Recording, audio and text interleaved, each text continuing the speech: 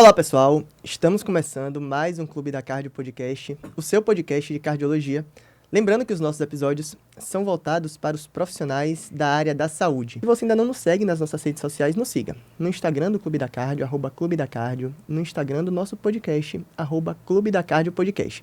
Novidade para vocês, o Jornal do Clube está no ar. Semanalmente, todas as terças-feiras, estamos divulgando os estudos mais relevantes que foram publicados na semana anterior. Então a gente tem feito aí um compilado do que foi publicado no JACC, no JAMA, no Lancet, na New England e trazendo para você no seu e-mail, na sua caixa de e-mail todas as terças-feiras às 7 horas. Se você tiver interesse, se inscreva no link da nossa bio do nosso Instagram, @Clube da Cardio. Tema de hoje, pessoal, válvula culpada, um novo conceito. Para falar sobre esse tema com a gente, um tema novo, o Clube da Cardio Podcast tem a alegria de receber dois dos autores de um artigo relacionado a esse tema que foi publicado recentemente nos Arquivos Brasileiros de Cardiologia. O primeiro deles é o Dr. José Augusto Barreto Filho, é a sua primeira participação aqui no Clube da Cardio Podcast. Ele é cardiologista formado pelo INCOR, é professor da Universidade Federal de Sergipe e cardiologista do Hospital São Lucas. Seja muito bem-vindo, Dr. José Augusto.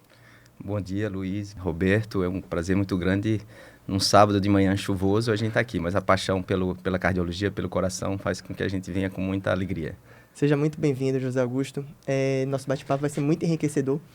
E o nosso segundo convidado, pessoal, o Dr. Roberto Sintra, é a segunda participação dele aqui no nosso podcast. A gente já bateu um papo recentemente sobre mitraclip, insuficiência mitral. Lembrando para vocês que ele também é cardiologista formado pelo INCOR, especialista em valvopatias e cardiologista também do Hospital São Lucas. Oficialmente, seja muito bem-vindo, Roberto, meu amigo. Luiz, obrigado ao Clube da Cardio pelo novo convite. Será um prazer discutir aí sobre esse conceito novo de válvula culpada. Interessante, pessoal, antes da gente começar nosso bate-papo, que esse é um conceito realmente novo e é um termo novo, né? Que inclusive foi o Dr. Roberto Sintra que cunhou na ocasião da publicação desse artigo que eu comentei com vocês. Está disponível no Arquivo Brasileiro de Cardiologia se vocês depois tiverem interesse em se aprofundar mais sobre o tema. Mas vamos começar nossa conversa aqui e eu vou direcionar a primeira pergunta para o Dr. José Augusto, que o conceito de lesão culpada, ele já é muito bem estabelecido quando a gente está falando de coronariopatia, principalmente aguda ali, né? No cenário do infarto com supra, a gente vê a lesão culpada e depois já existe aí algum corpo de evidência para a gente ter a nossa tomada de decisão com relação às lesões não culpadas. Mas falando de válvula culpada, como é que esse conceito nos ajuda na condução dos pacientes com valvopatias graves?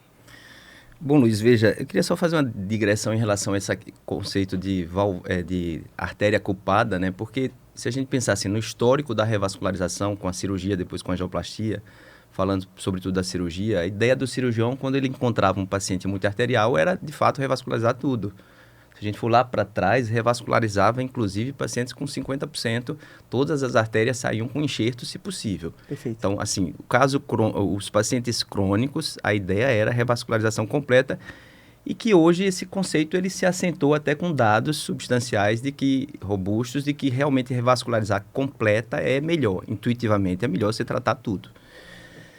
Acontece que no cenário da síndrome aguda, depois da trombólise, mas quando começou a angioplastia primária, se viu que era melhor, os resultados, os outcomes, os desfechos eram melhores quando a gente intervia só na artéria culpada, seja no infarto com supra, sobretudo, mas também no infarto sem supra.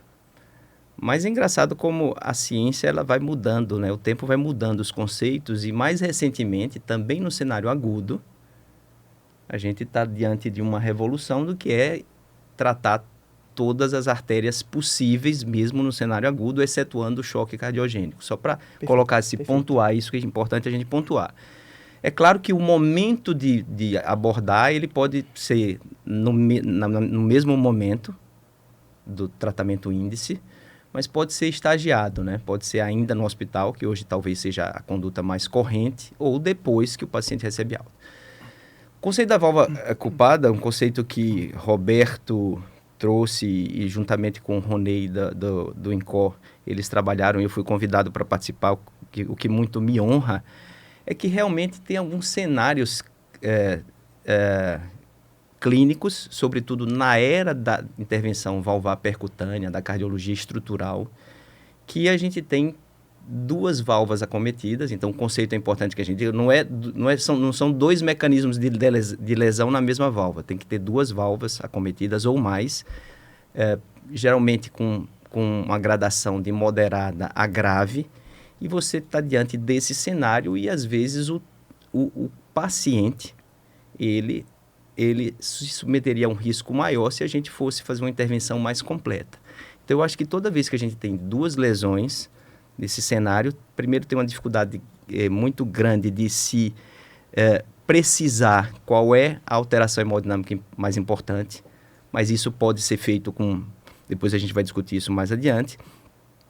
E às vezes esse paciente ele não é um paciente factível para a gente abordar cirurgicamente as 2 válvulas, porque a gente sabe que vai incrementar o risco. Só lembrando um pouco antes, era muito comum a gente ter um paciente com estenose aórtica e doença arterial coronariana. E via de regra, se abordava as 2 lesões, a válvula e a coronária. Eu fiz um levantamento quando estava fora do país, 60%, 50% dos pacientes eram submetidos a essas 2 cirurgias e incrementa substancialmente o risco cirúrgico. Então, abriu-se uma perspectiva com o tratamento percutâneo de a gente começar a tentar minimizar o risco e maximizar o benefício, que é tratar aquela lesão mais importante, que está dando mais repercussão, que vai impactar mais no prognóstico. Só vou dar um exemplo de um caso que eu tive, que tem já uns 5 anos ou 6, ela tinha uma estenose aórtica importante e uma doença valvar mitral moderada. Mas a paciente tinha uma crioglobulinemia que, após avaliação com a hematologista, foi contraindicada uma cirurgia com extracorpórea. Nesse caso, se ponderou para minimizar esses riscos que seriam muito importantes, segundo o hematologista especializado em cirurgia cardíaca, foi em São Paulo.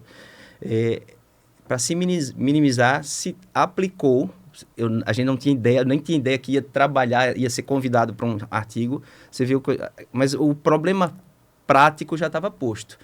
Vamos ver qual é a válvula que está mais comprometida, era a válvula aórtica, essa paciente operou e ela melhorou substancialmente a sintomatologia dela.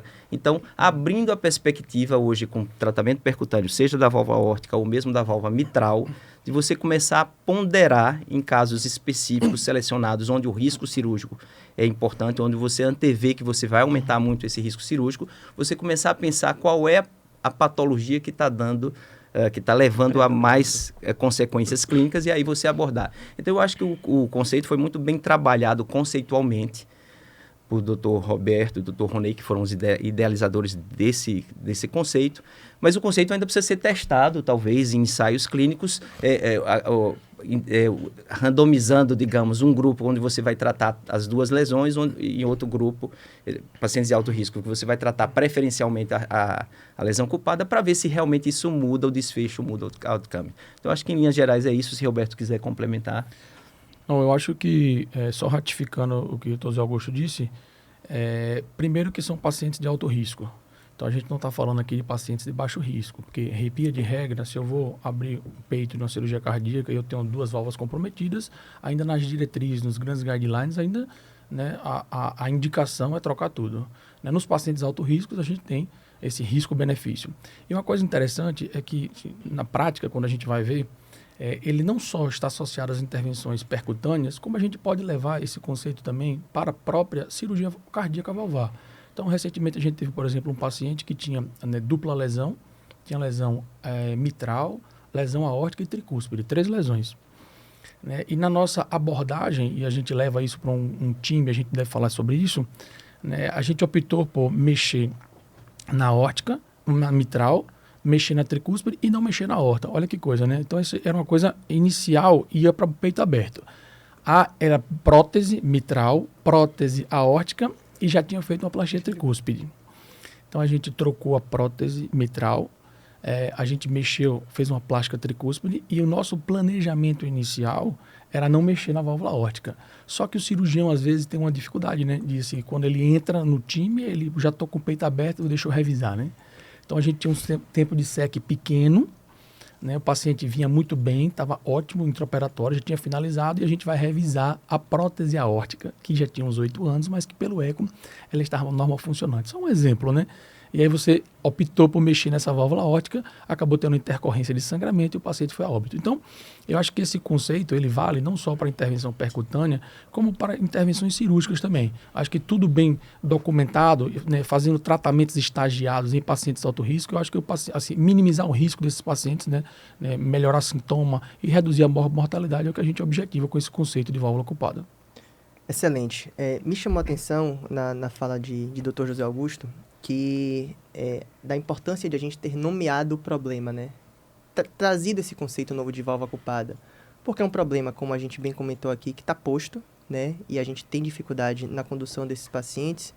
Mas agora, talvez, que a gente tenha um nome para o problema, isso até facilita a gente criar um corpo de evidência, como a gente comentava aqui pouco antes do nosso episódio começar, para tentar guiar aí a condução desses pacientes de uma forma mais segura. É perfeito esse comentário, porque se nós formos para as diretrizes, não existe nada a respeito de tratamento de válvula ocupada, de tratamento de mix múltiplo válvula, não existe nada disso. Então, é um conceito assim, realmente inovador e que eu acho que trará bastante benefício para os pacientes. Agora precisa ser testado, como o José Augusto bem mencionou. Bora avançar aqui na nossa conversa, e aí eu queria fazer essa pergunta agora para Roberto. A gente sabe, Roberto, que os parâmetros ecocardiográficos para a definição de gravidade das valvopatias, eles se baseiam ali em valvopatias isoladas, né? É o paciente que só tem estenose aórtica, que só tem estenose mitral, ou só tem insuficiência mitral. Mas que quando a gente começa a misturar, eu lembro até que essa foi uma discussão da gente durante a residência, né? Que o paciente chega pra gente com 3 valvopatias. Poxa, como é que eu interpreto isso daqui? Como é que eu conduzo esse cara? Acho que o clássico, até no tratamento clínico, por exemplo, pessoal, a gente sabe aí que o paciente com estenose aórtica é importante, a gente, assim, tem medo de dar beta-bloqueador, né? Porque ele depende da frequência ali, já que o volume sistólico é fixo. Por outro lado, o paciente com estenose mitral importante, ele precisa do beta-bloqueador para aumentar o tempo diastólico. Então, a gente fica ali na famosa sinuca de bico, se perguntando qual dos dois mecanismos hemodinâmicos se está predominando para a gente decidir nossa terapêutica.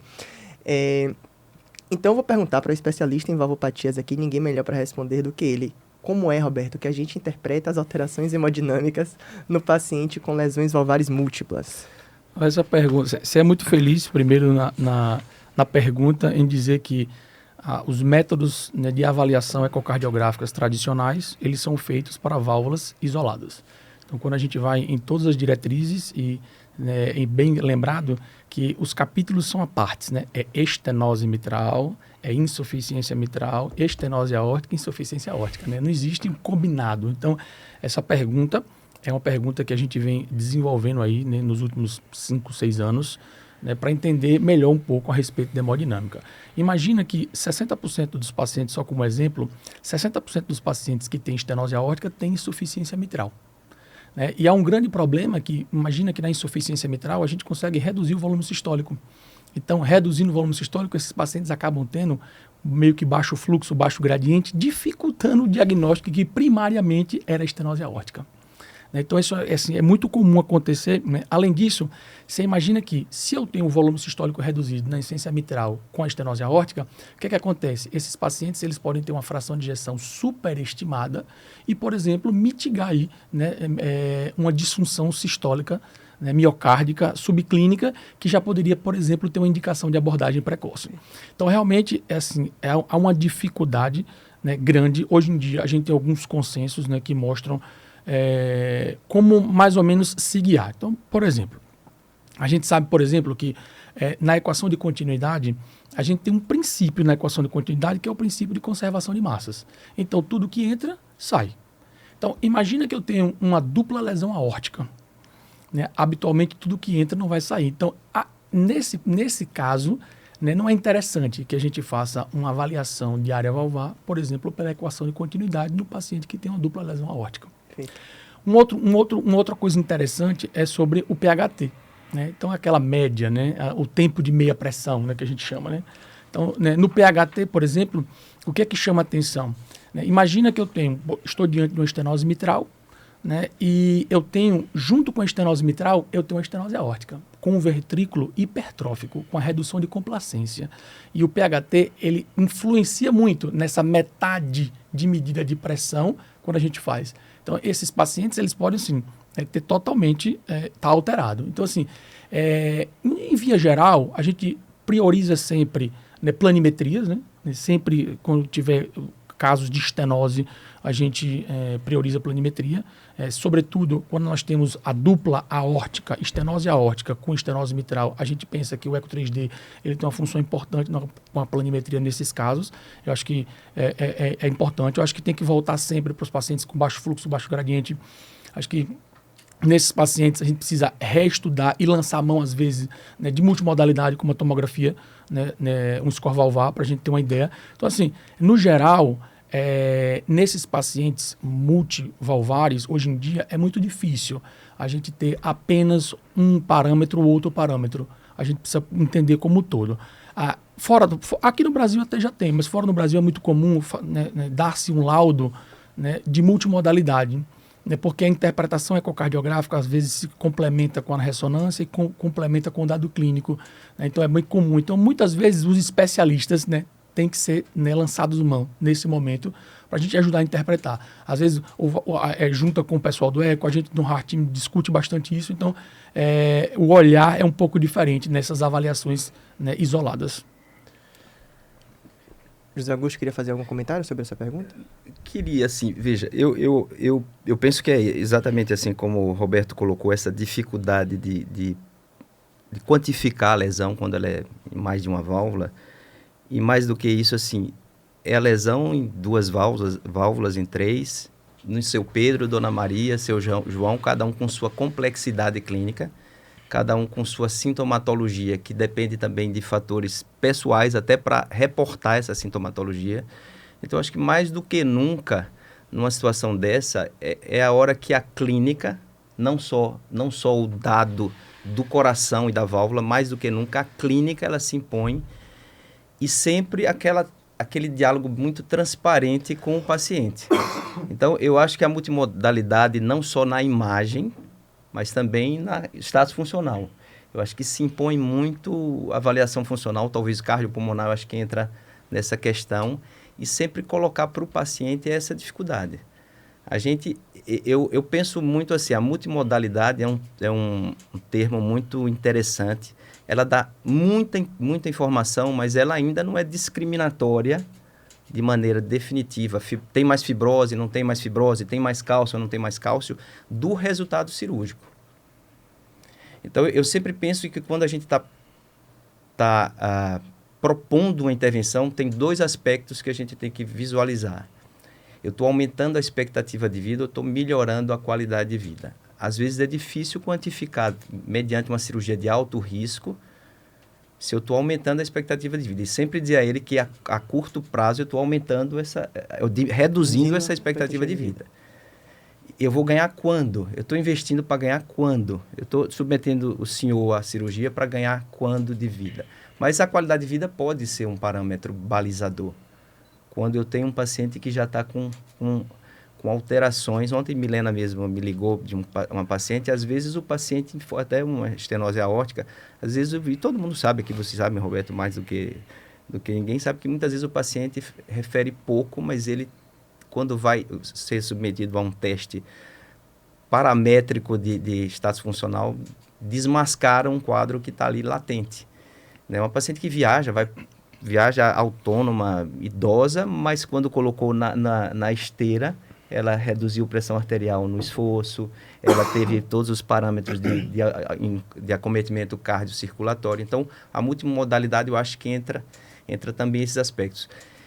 Então, é basicamente isso, é usar, mas usar sabendo. Eu tenho que pensar naquilo que vai realmente ser discriminatório da indicação cirúrgica. Excelente, José Augusto. Você estava falando aí, eu estava refletindo sobre a discussão que frequentemente eu tenho com os residentes, né? Que é, fugindo um pouco do tema, sobre a cirurgia de revascularização miocárdica, né? Que a gente tem meio que um dogma que nos pacientes com disfunção ventricular esquerda e doença triarterial, isquêmicos, a gente preferencialmente precisa fazer a cirurgia de revascularização miocárdica, porque as evidências nos dizem, os stitches e tudo mais. Mas aí quando a gente para destrinchar um pouco essa evidência, é um NNT de 14 ao final de 10 anos, né? Então, esse paciente precisa passar por aquele estresse cirúrgico e não só estresse cirúrgico, o estresse da cirurgia, digamos assim, e todas as suas nuances, para, ao final desse período, colher ali uma probabilidade de benefício. Eu acho que isso tem que ser posto para os pacientes, né? Claro que não com essa linguagem, porque eu acho que a gente acabaria incorrendo aí numa dificuldade de ser interpretado, mas isso precisa ser posto, né? Porque é muito mórbido, né? São tratamentos muito mórbidos que a gente precisa orientar muito bem os nossos pacientes. Vamos falar um pouquinho agora sobre as intervenções percutâneas, que vem crescendo aí muito no mundo da cardiologia de modo geral, e nas valvopatias não é diferente. TAV já é rotina pra gente, que bom. Mas a gente vem tendo aí nos últimos anos o surgimento, né? Na verdade, o fortalecimento do MitraClip, mas hoje a gente já começa a ter próteses dedicadas para o tratamento da insuficiência aórtica, né? Para tratar percutâneo. O TriClip está vindo aí com muita força. E eu queria perguntar para você, Roberto, como essas intervenções percutâneas nas valvopatias favorece a racionalização e o estadiamento desses pacientes com valvopatias graves combinadas? Excelente pergunta, né?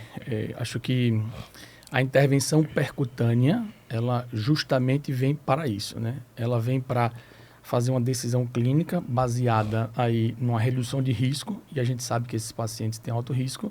Então, o objetivo é a gente tentar fazer o quê? A máxima eficácia para aliviar sintoma e reduzir mortalidade. Então, acho que o tratamento percutâneo, né, nesse conceito, né, de doença válvula ocupada, ele é muito bem proposto, né, porque a gente sabe, né, comparado, né, vem lá da série Partners, né, começa com TAV e agora com o tratamento tricúspide e o mitral, a gente sabe que o risco de mortalidade é um risco menor. Então, né, nessa balança, né, nos pacientes de alto risco, né, ele vem a somar, né, na pensar em intervenções. Excelente. Um conceito que eu ouço José Augusto falar muito é o conceito de futilidade, né? E que depois que eu lhe escutei falar sobre o tema em nossas reuniões, no Sabadó, enfim, nos nossos Heart Teams, foi algo que eu também comecei a valorizar mais e refletir mais na minha prática clínica, né? E aí, José Augusto, então ninguém melhor do que você para falar sobre esse assunto. Como é que o conceito de futilidade pode se aplicar a esses pacientes multimórbidos, frágeis, no momento de nossa tomada de decisão a abordar as valvopatias deles? Eu acho que essa é uma pergunta, eu diria, de passar uma manhã... Filosófica, passar uma manhã conversando, e é muito importante, mas eu agradeço a pergunta, Luiz. Veja, se a gente for lá para os primórdios da medicina, Hipócrates dizia o seguinte: 3 objetivos: curar, aliviar e não tratar aquele paciente que não tem esperança. Que a gente não tem esperança que a gente vai reverter a doença. Isso faz parte do conceito hipocrático de a gente não prolongar um tratamento se eu não tenho esperança de que isso a gente vai reverter. E tem aquela máxima de primeiro não cause mal. First do not harm, que é um conceito hipocrático. Só que isso, a medicina avançou muito, saiu de uma prática mais baseada na arte e no humanismo, e na década de 70, 80, 90, a tecnologia realmente tomou conta e a gente pode fazer quase tudo. Imagine se dissesse a um médico da década de 70 que ia se trocar uma válvula percutaneamente, ninguém acreditaria. Admirável, um mundo novo, então hoje a gente pode tudo. E aí veio uma certa ideia de que vamos fazer tudo pelo paciente. Então o conceito de futilidade é um conceito que é uma avaliação muito complexa e subjetiva, que quando a gente espera que a nossa intervenção, que o benefício esperado, ele é muito pouco tangível para dizer que ele é melhor do que não fazer nada, ou você já espera que essa intervenção não vai mudar substancialmente a evolução do paciente. seja a expectativa de vida, seja a qualidade de vida, porque às vezes o paciente tem outras comorbidades, como você bem colocou. Então, acho que a gente precisa ter essa clareza de que quando a gente antevê isso, e aí não me pergunte porque não tem uma fórmula, não tem um score, não tem um modelo, porque tem valores que estão imbuídos, mas eu acho que cabe à classe médica discutir, porque tem uma questão da futilidade, que é a questão ética, que é como eu vou democratizar a saúde se eu não pensar em sustentabilidade do sistema. Então, a gente precisa trazer essa discussão para a sociedade, eu penso, né? E a gente precisa entender que essas avaliações, elas se fazem necessárias. Então, para dar uma ideia, você falou em fragilidade, né? Fragilidade seria um conceito de reserva fisiológica e de vulnerabilidade frente a um agente estressor. E tem alguns autores que trazem outro conceito, que é a resiliência. O que é que eu espero de recuperação depois que eu submeto a um estressor? Então, uma cirurgia cardíaca é um atropelamento por um caminhão, digamos assim, num idoso frágil. Num idoso que já tem sua osteoartrite limitante, já tem sua disfunção cognitiva, que já tem seu quadro de caquexia e etc., e muito idoso, já tem uma vida muito limitada, talvez a gente consiga avaliar de uma forma mais fácil, mas existem zonas muito cinzentas. Então, eu acho que a saída, no momento, para isso, não vai ser uma calculadora, não vai ser uma técnica, não vai ser penso eu, que não vai ser nenhum exame que vá predizer, e sim uma boa conversa com a família. E talvez uma transformação cultural que pode vir do conceito filosófico do sistema de saúde do seu país. Eu penso que para quem quer propor, como o Brasil, que eu acho fantástico a gente propor saúde universal, mas sem ter essa discussão da ética coletiva versus a ética individual versus coletiva, a gente não vai sair desse buraco, né? Então, o que a gente tem feito no Heart Team tem sido com sucesso, né, Roberto? Isso. Roberto é coordenador do Heart Team lá do São Lucas, você participa lá também, já viu, e a gente também lá no IPS discutindo alguns casos, a gente tem conseguido, de alguma maneira, colocar é muito duro para a família tomar essa decisão. Eu falo isso com alguma tranquilidade porque eu tive avô que faleceu em casa e meu pai faleceu em casa, e eu digo que a gente considerou diálise para ele fútil. Por quê? Porque ele já tinha verbalizado em vida lúcida que, numa idade muito avançada, que diálise era uma coisa que ele tiraria da equação. Fazer diálise crônica 3 vezes por semana. E a outra porque ele estava com um quadro de uma redução da função cognitiva que fez com que a família, eu era o médico assistente com os colegas médicos e a família, os filhos, etc., minha mãe também, lúcida, tomasse a decisão que a gente não ia fazer a diálise. Então, eu acho que tem várias situações na medicina que o conceito de futilidade pode ser aplicado, mas por receio, por falta de encarar uma discussão, por falta de investir tempo para convencer a família que aquele procedimento, de fato, não vai mudar o todo do paciente, vai mudar muito pouco. A válvula pode melhorar, a coronária pode melhorar, mas o doente, especificamente ele como um todo, não vai melhorar. Então, acho que tem que trazer à baila esse conceito. Mas eu acho que seria isso que eu poderia... José Augusto, eu acho isso importantíssimo, né? Agora, botando numa sinuca de bico, a família, ela sempre quer saber qual é a probabilidade dele morrer. Né? Tudo bem que o risco é alto, mas qual é a probabilidade? Então, os scores, eu concordo em gênero e número. Acho que é um pensamento que é holístico, uma coisa que a gente precisa aprofundar muito. Agora, habitualmente o que a gente tem feito, né, com relação para tentar objetivar um pouco mais, é utilizar alguns scores. Né? Existem alguns scores que na prática a gente tem já validação, como o FT, que a gente usa muito a comparação de TARV com a cirurgia. Então eu consigo objetivamente dizer a probabilidade para TARV é tal e a probabilidade para cirurgia é tal. E se você tem uma fragilidade muito alta pelo EFT, nenhuma das opções são possíveis. Então a gente consegue, né? Hoje em dia, né, um outro dado que a gente tem usado, né, mas depende de software da tomografia, ao mesmo tempo que o cara já vai fazer a tomografia para fazer uma avaliação pré-TAV, a gente avalia o músculo iliopsoas. né, a gente consegue, né, avaliar sarcopenia pelo PSOAS. E a gente tem alguns critérios para dizer de sarcopenia ou não, e vai ter um desfecho pior ou não. Então a gente lança, né, mão do que pode, mas no geral, acho que uma boa conversa com a família e o paciente, né, é fundamental, né, para a gente amarrar isso, né, sobre fertilidade. Deixar alinhadas as expectativas também, né? Isso. Vocês estavam conversando, eu estava lembrando de um caso recente que eu vi essa semana, que foi exatamente isso. O paciente foi para TAV, uma estenose aórtica importante, alto risco e tudo mais. Poxa, chegou na unidade, 2 horas depois, hematoma retroperitoneal, choque hipovolêmico e, infelizmente, evoluiu para óbito. Então, mesmo os tratamentos menos invasivos, digamos assim, considerados mais seguros, têm seus riscos. E isso, acho que vocês falaram muito bem, precisa ser muito bem alinhado e compartilhado com a família para a gente sempre estar eles saberem no que eles estão sendo submetidos, né? Luiz, deixa eu colocar um ponto assim que eu acho que talvez vale a gente refletir. Eu sempre penso na escala de Chad-Zwarsky como uma escala interessante, porque eu tenho um contraponto que é o Hasbled. O Chad-Zwarsky, ele aponta o risco de AVC e o Hasbled de sangramento, mas a gente não usa o Hasbled para decidir se vai.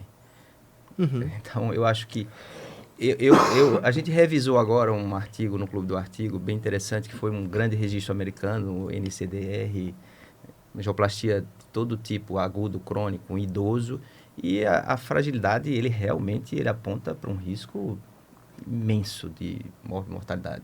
Pacientes muito frágeis, assim, em todos os cenários, agudo, crônico, mortalidade bem elevada, etc. O grande lance que eu acho é que é aquele conceito do que é interação em estatística, né? Então, será que eu tenho benefício na angioplastia, digamos, ou na cirurgia, ou na TAV, num paciente que não tem fragilidade, mas a fragilidade, ele deve mudar, estou falando cientificamente, comprovadamente, estatisticamente, deve mudar a minha conduta. Eu acho que a gente ainda não tem essa questão.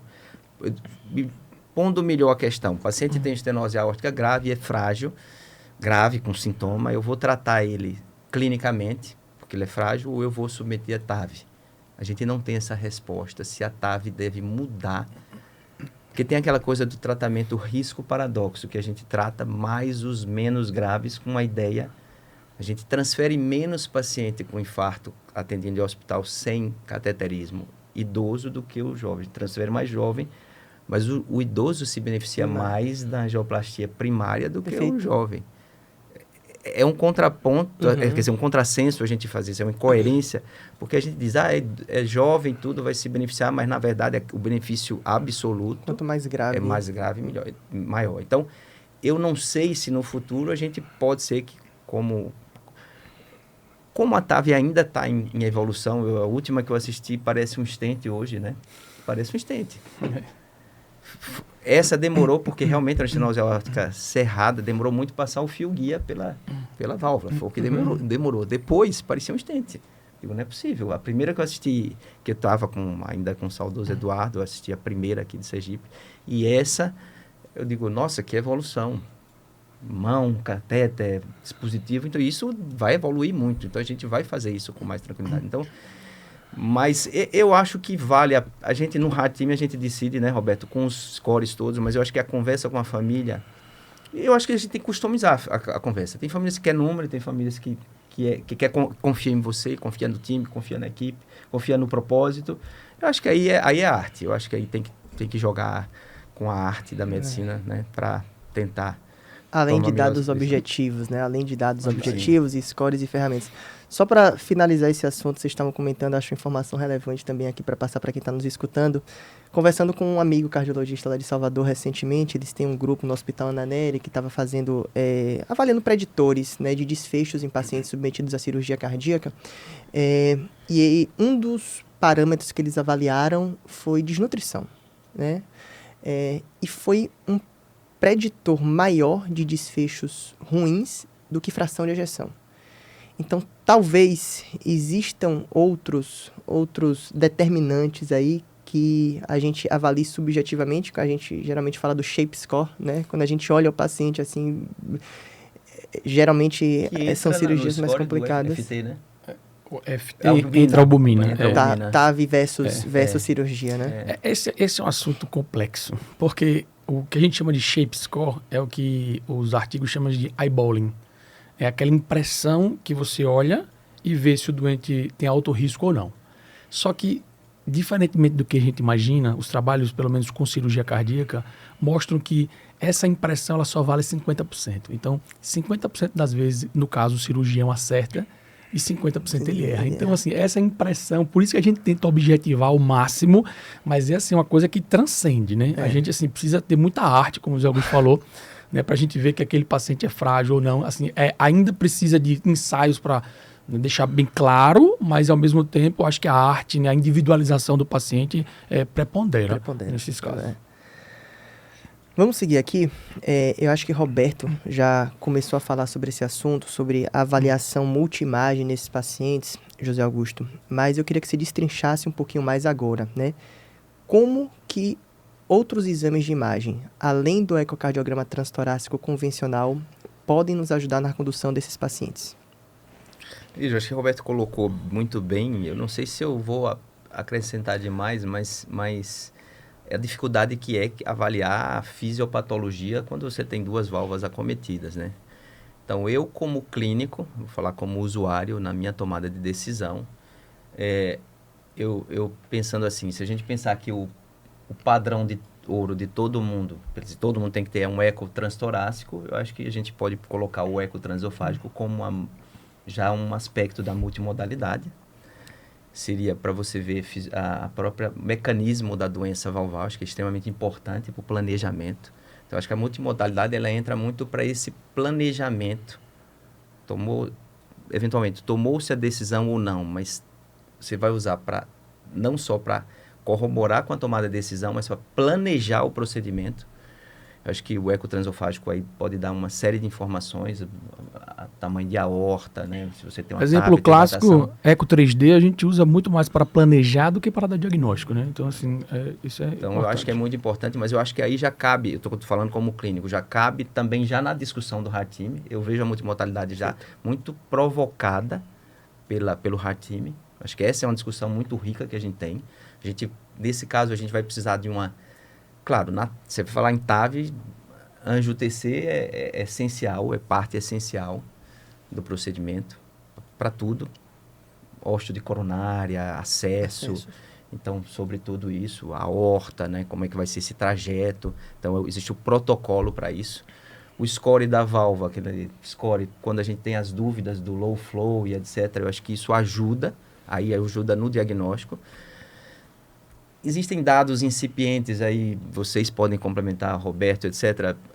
Ressonância, ter fibrose, não ter fibrose, vai recuperar uma insuficiência mitral já com um rebaixamento importante da função ventricular. A fibrose vai impactar ou não no resultado cirúrgico. Mas eu não sei se ainda se isso é discriminatório da tomada de decisão, acho que talvez não. Então, eu acho que a ressonância, seguramente.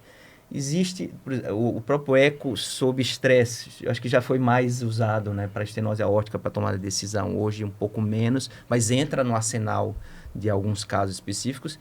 E eu adicionaria aí, assim, eu como clínico, aquilo que eu preciso sempre, quando eu tenho dúvida, uma avaliação funcional do status funcional, que aí não é imagem, mas é o cardiopulmonar, eu acho que é importante. Mas eu queria só colocar que eu acho que a gente tem que racionalizar a multimodalidade.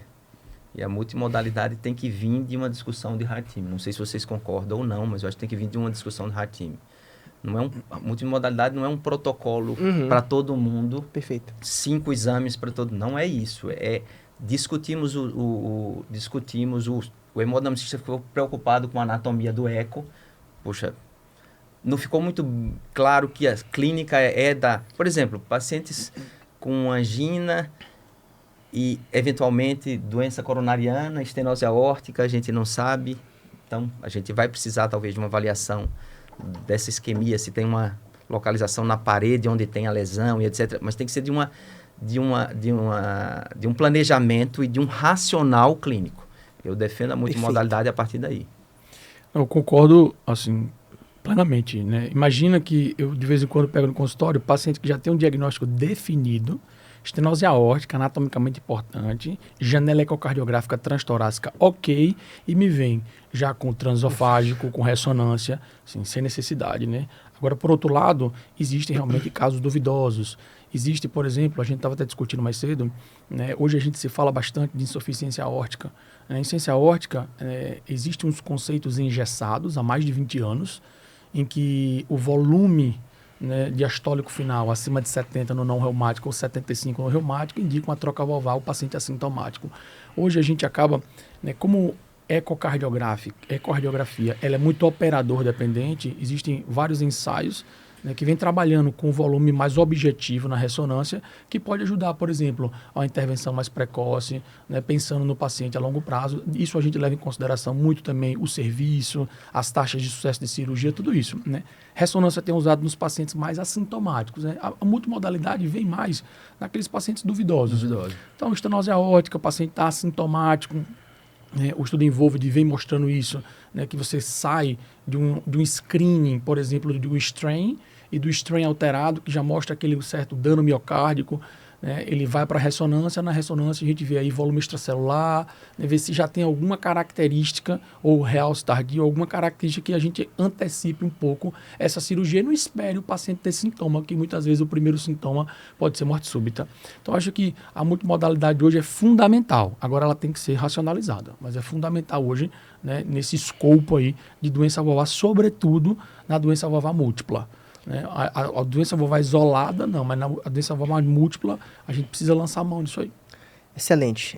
Vocês trouxeram aí um conceito que a gente já comentou outras vezes aqui no Clube da Cardio Podcast, pessoal, que assim, o exame é um exame complementar. A multimodalidade, ali a gente vai estar agregando outros exames complementares que precisam objetivar a resposta de uma determinada pergunta. Então, o paciente precisa ter uma probabilidade pré-teste ali daquele achado que você está esperando para você valorizar aquele outro achado que você vai ter com os demais exames de imagem. Um exemplo que a gente traz com muita frequência aqui é a utilização do POCUS, né? Que às vezes eu via os internos querendo, o paciente chegava na emergência, já ia pegando o POCUS. Poxa, examina o paciente primeiro, conversa com o paciente, faz a anamnese, para quando você, não é para fazer o POCUS, pessoal, não é isso, mas quando você for fazer, você vai procurando alguma coisa, você vai tentar responder a uma pergunta, é um exame complementar. Os pacientes multivalvares, né, eles já são pacientes complexos.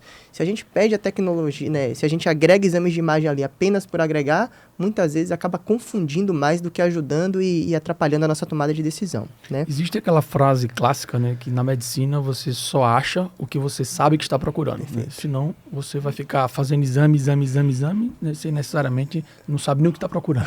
Rodando em círculos.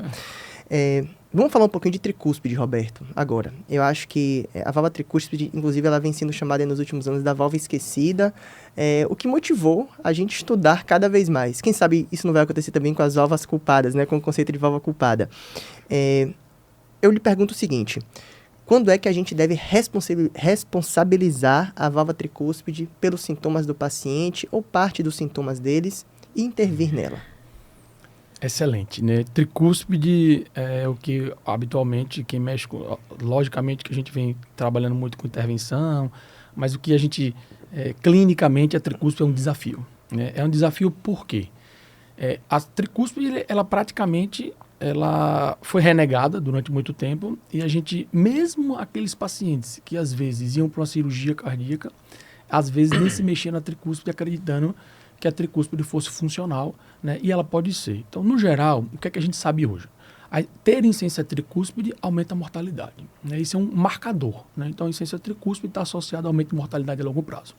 Então, nos pacientes e sintomas, o que é que tem de sintoma da tricúspide? É o que a gente já sabe clássico, né? Sobretudo os sintomas de ser direita, então paciente congesto, né, periférico, hepatomegalia, edema inferior, pode ser diminuição da tolerância aos esforços, enfim, o sintoma é assim. Então, quando é que a gente mexe na doença tricúspide? Bom, se eu vou abrir o peito do paciente e eu tenho uma valvopatia esquerda, né, então eu mexo na tricúspide, existem alguns critérios como tamanho do anel acima de 40, alguns critérios que a gente usa para abordar a tricúspide. Então, esse caso é um caso que a gente já está habitual. Né? Então, ele vai para a cirurgia e ele mexe na tricúspide. Outra possibilidade de tricúspide é assim, a tricúspide, a gente sempre tem que olhar ela como outra causa gerando o problema da tricúspide. Então, por exemplo, se eu tenho um marca-passo e eu tenho insuficiência tricúspide, a gente precisa rever, né, se esse marca-passo, a posição está ok, se eu posso fazer uma outra maneira para diminuir aquela insuficiência tricúspide. Então, se eu tenho uma estenose mitral com a insuficiência tricúspide, eu vou sempre, e é possível de uma valvuloplastia reumática, a valvuloplastia por cateter balão, eu vou nela, trabalho na mitral na intenção de melhorar a tricúspide. O tratamento da tricúspide isolada, da doença isolada, é mais complexo. E a gente tem poucos dados na literatura. A gente não sabe, por exemplo, apesar de ter insuficiência tricúspide aumentar ao longo do tempo a mortalidade, a gente não sabe se tratar a insuficiência tricúspide vai reduzir a mortalidade a longo prazo. Esse é um problema. E o outro problema é que a alta taxa de mortalidade cirúrgica nesses pacientes, que podem chegar até 9% desses pacientes com o risco de morrer. Então, a tricúspide ela tem que ser bem avaliada. Daí que surgiram, né, a parte de intervenção da tricúspide, dado a essa dúvida a longo prazo, se vai ter benefício ou não, e dado ao alto risco de intervenções.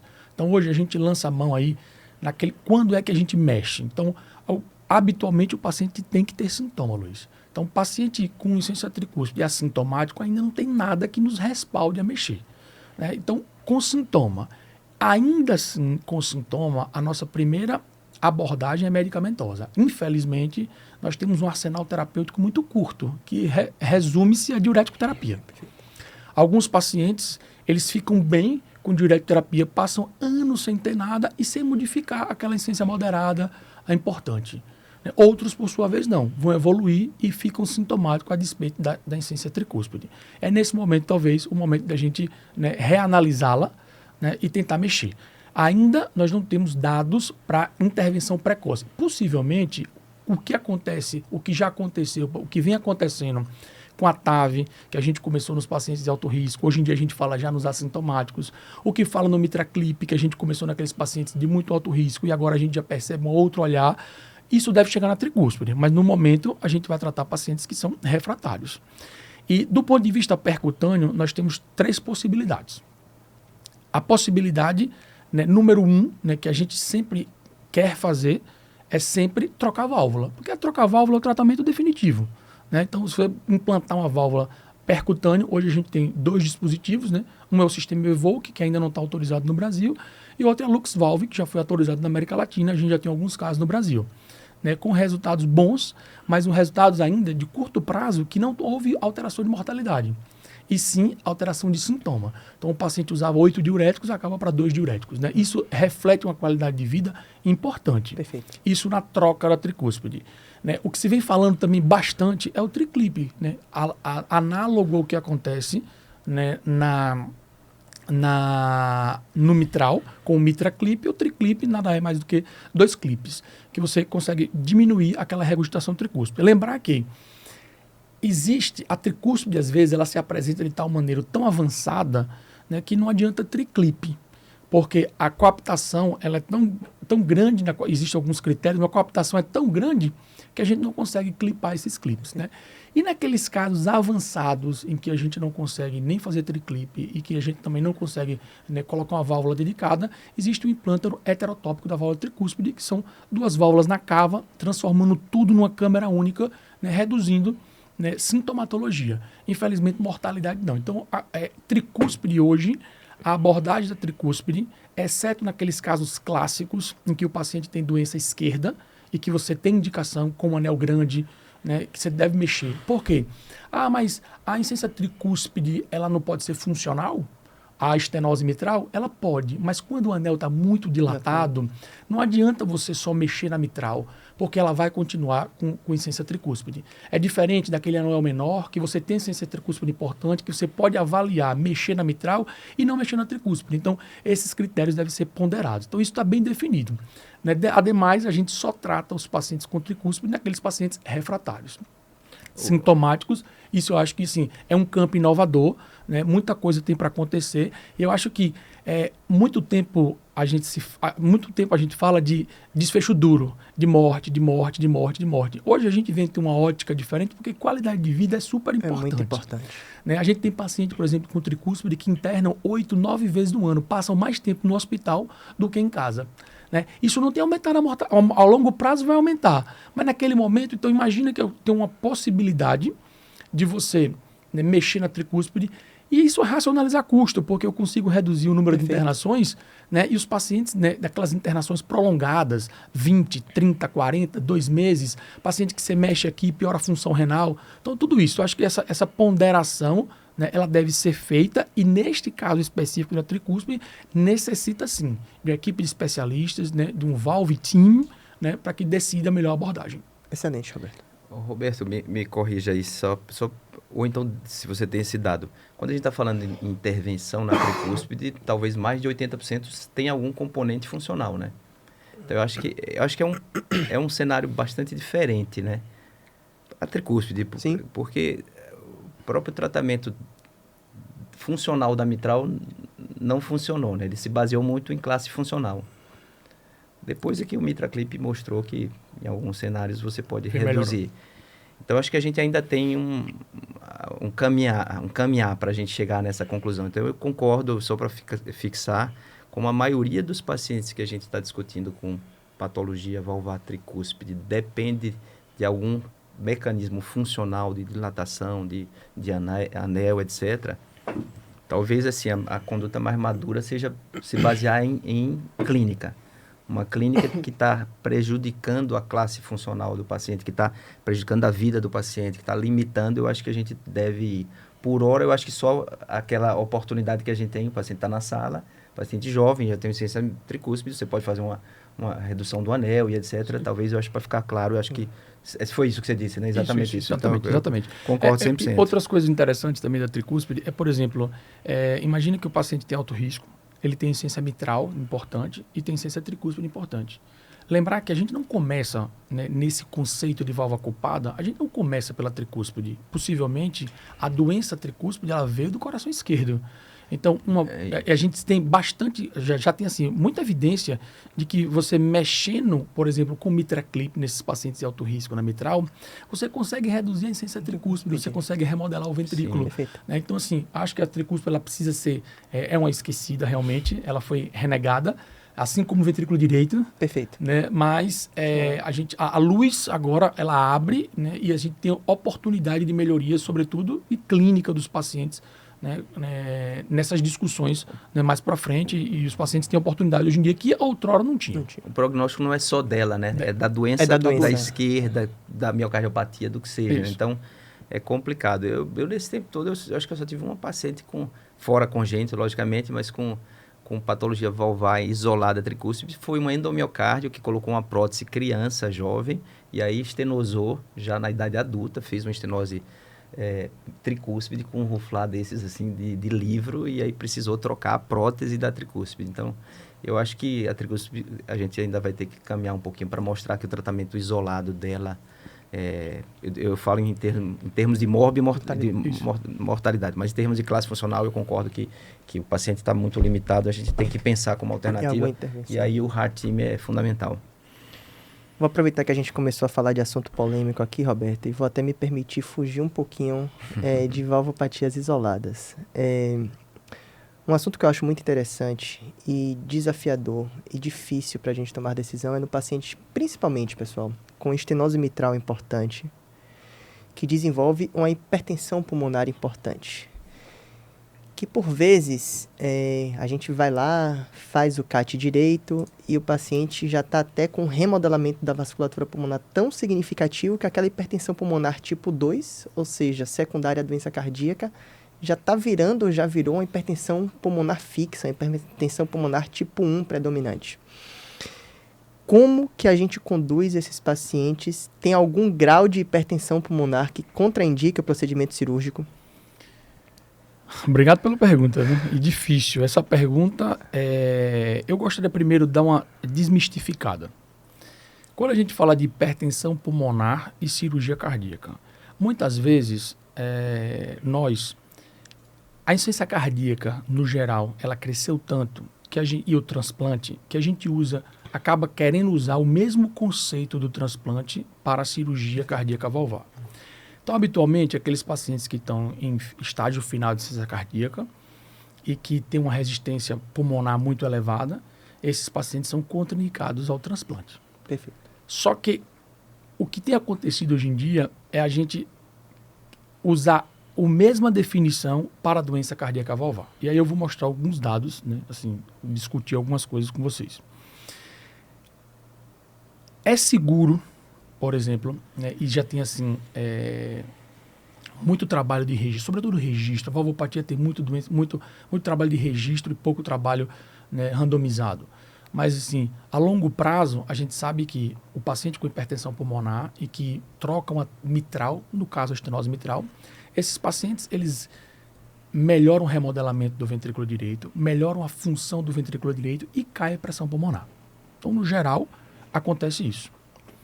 A tal modo que, recentemente, né, um estudo contemporâneo, né, do pessoal de Chicago, do Daniel Enter, mostrou que interrogou, perguntando se será que a hipertensão pulmonar realmente é um fator de risco para cirurgia cardíaca.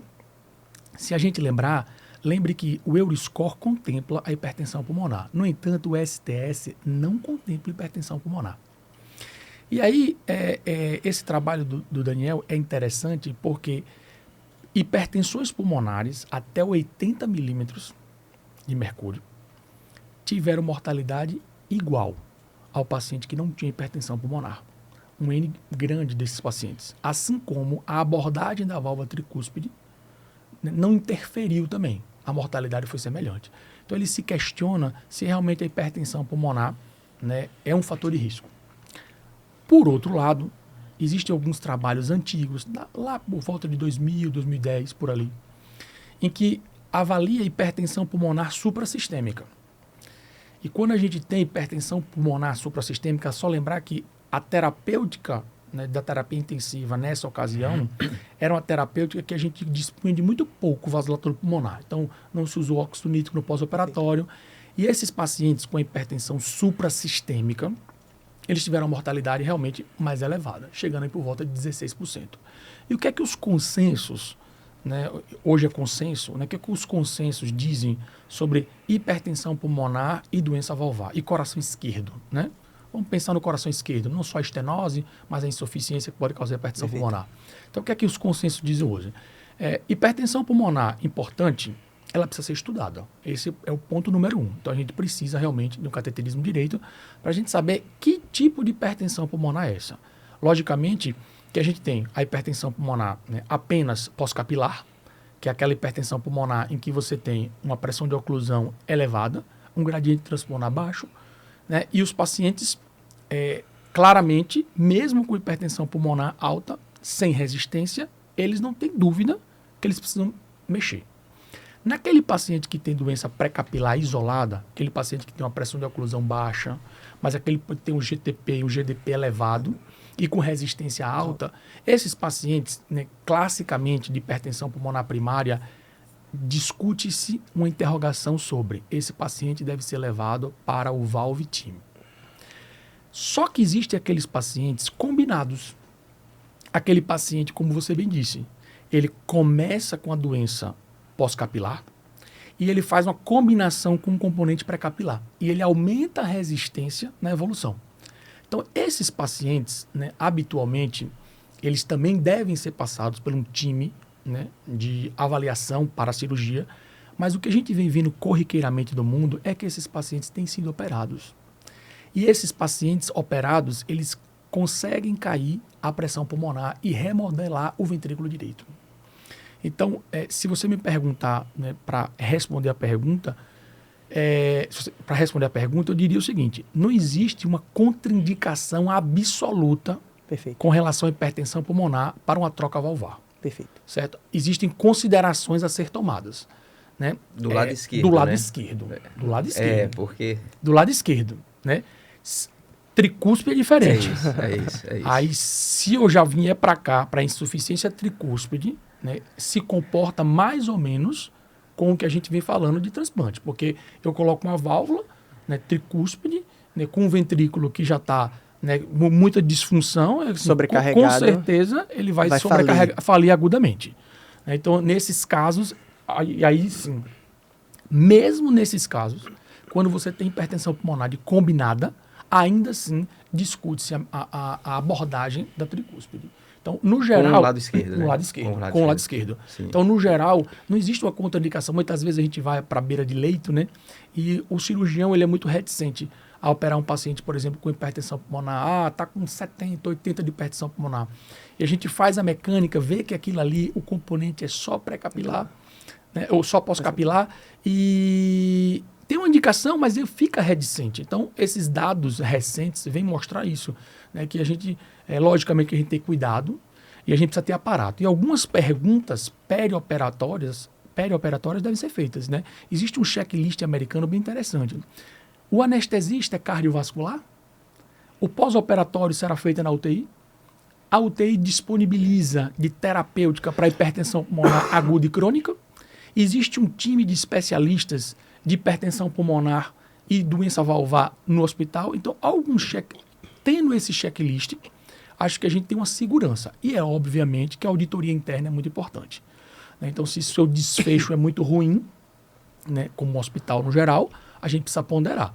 Mas né, não é isso que a literatura vem mostrando. Eu acho que os novos trabalhos, o trabalho contemporâneo, vem dando a gente mais uma segurança para abordar essas doenças tricúspides, sobretudo né, com o componente pós-capilar ou componente misto. Agora, pré-capilar, confesso né, que a doença aí basal primária né, é da hipertensão pulmonar primária. Então, assim, o prognóstico desse paciente é ruim, independente de você trocar ou não. Né? Eu acho que a analogia que o Roberto fez com o transplante ela é muito boa, de que a gente não deve colocar no mesmo saco, né, essa interpretação. Porque o transplante eu preciso do VD, né? Preciso do VD. Então, você está em outro cenário. O lado direito é outro cenário. Eu penso assim, pragmaticamente, podem contradizer se vocês não concordarem, mas eu acho que toda vez que a intervenção valvar apontar para uma mínima perspectiva de redução da HP, eu acho que é difícil você contraindicar esse procedimento. Entende? Porque deixar ele com HP seguramente vai ser pior. A gente sabe qual é o desfecho. Pronto. Então, assim, eu acho que se você... Estenose aórtica tem potencial de reduzir HP? Tem. Insuficiência mitral tem? Tem. Estenose mitral tem? Tem. Porque sempre tem um componente pós-capilar. Sempre tem um componente pós-capilar. Sempre. A ideia começa do pós-capilar. Perfeito. Pode evoluir para o pré-capilar. Um componente tipo misto. Então, eu acho que, pragmaticamente, eu acho que a HP, nos casos onde tem uma mínima perspectiva de reduzir, não devem ser uma contraindicação para a cirurgia. Só se tiver outras...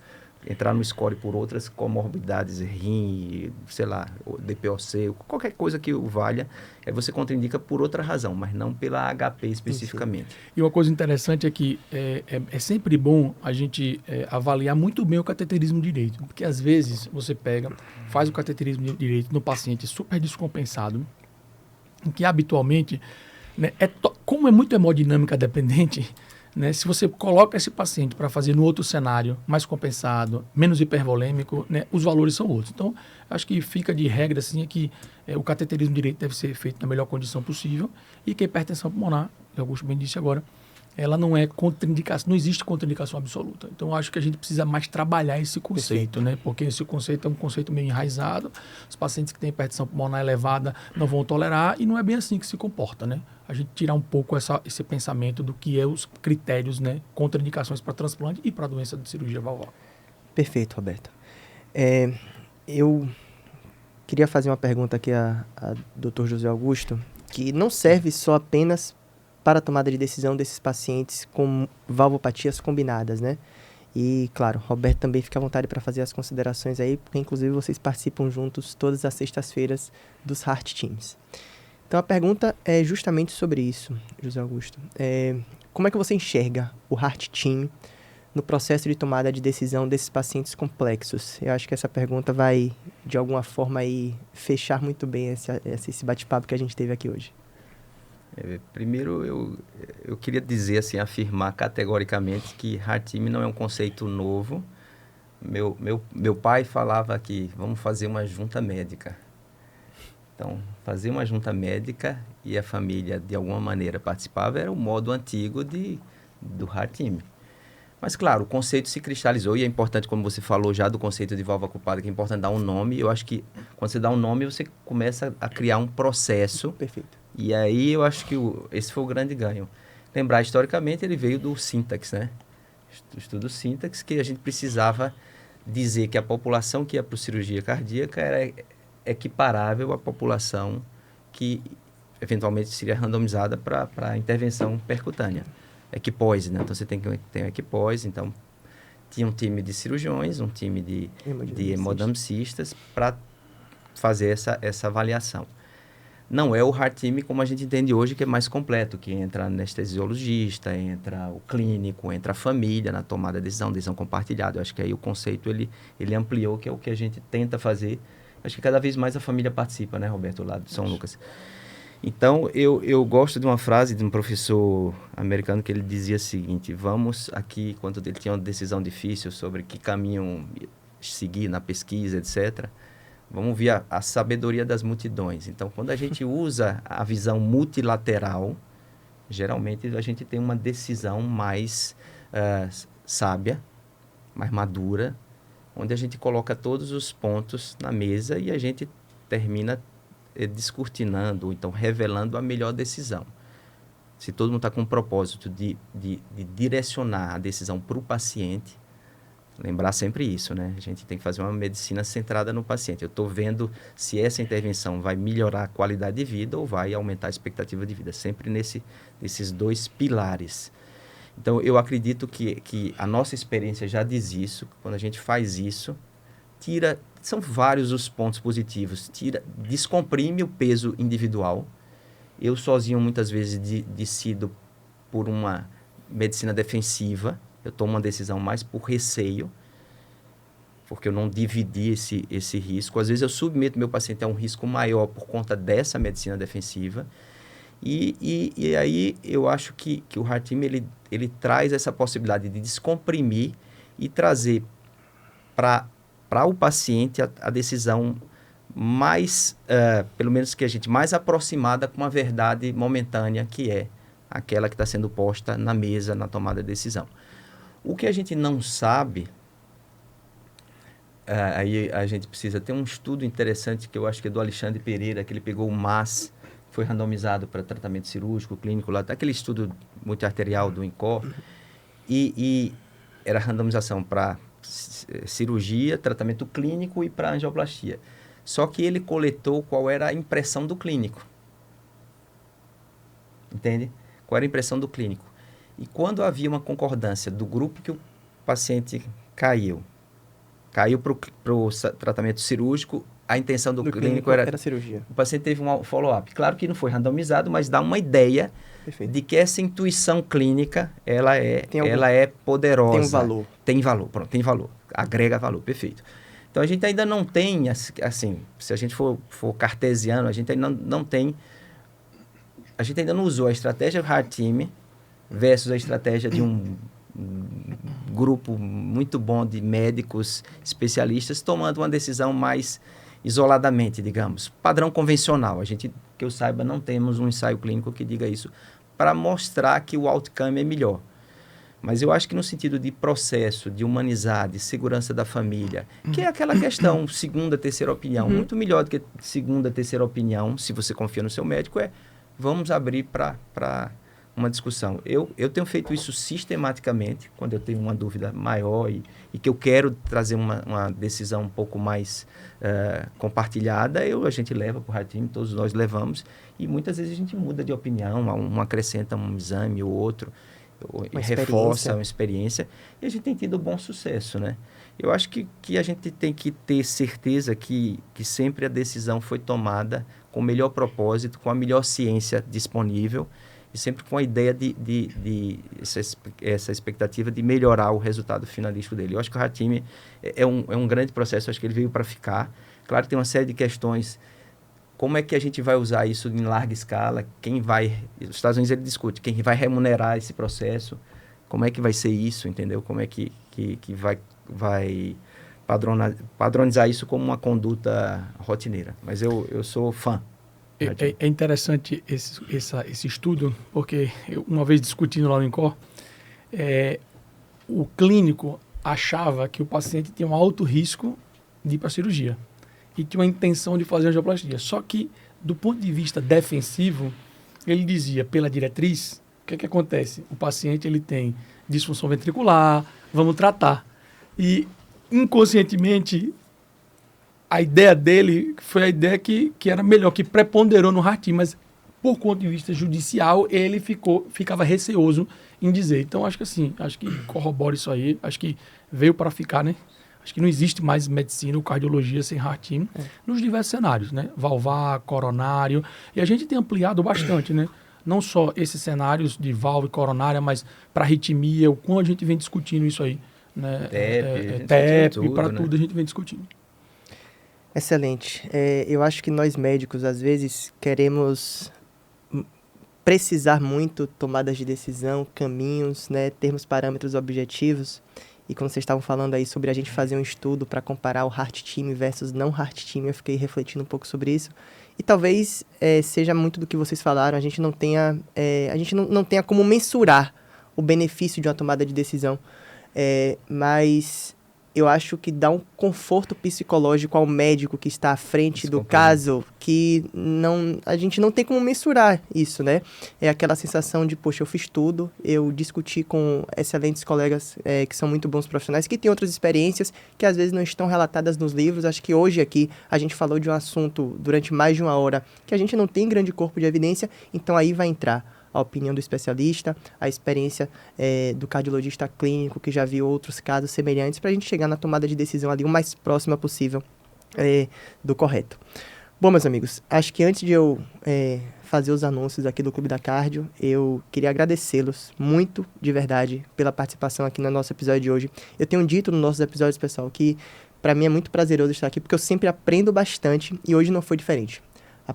Aprendi muito com o Dr. José Augusto, com o Dr. Roberto Sintra, e abro espaço aqui para vocês fazerem as considerações finais, se eu tiver esquecido de fazer algum comentário ou alguma pergunta que vocês julguem importante. É só agradecimento, né? Acho que é uma honra grande estar com vocês, essa turma jovem aí, apaixonada pelo coração. Eu também aprendi demais, podem ter certeza. Não sou especialista em válvula, mas tenho aprendido muito aí junto com o Roberto, no Heart Team, com vocês todos, na imagem e ciência cardíaca e etc. Então, acho que continuem nessa pegada. Acho que o podcast de vocês, realmente, ele é muito útil para a sociedade, num mundo repleto de notícias questionáveis, desinformação. Acho que vocês estão prestando um belo serviço. Então, é uma honra. Vai estar lá no meu currículo, participei num sábado chuvoso. Você vai precisar, já deixa espaço no currículo, porque pronto, haverá outras oportunidades. Isso aí. Eu agradeço também, é uma honra, viu? Gosto demais do bate-papo, aprendo. Né? Eu acho que, em especial, esse foi uma oportunidade de a gente divulgar novos conceitos. Né? Eu acho que daqui, né, a coisa difunde bem mais. Né? E estamos à disposição para outras vindas. Muito obrigado a vocês todos do Clube da Cardio e até a próxima.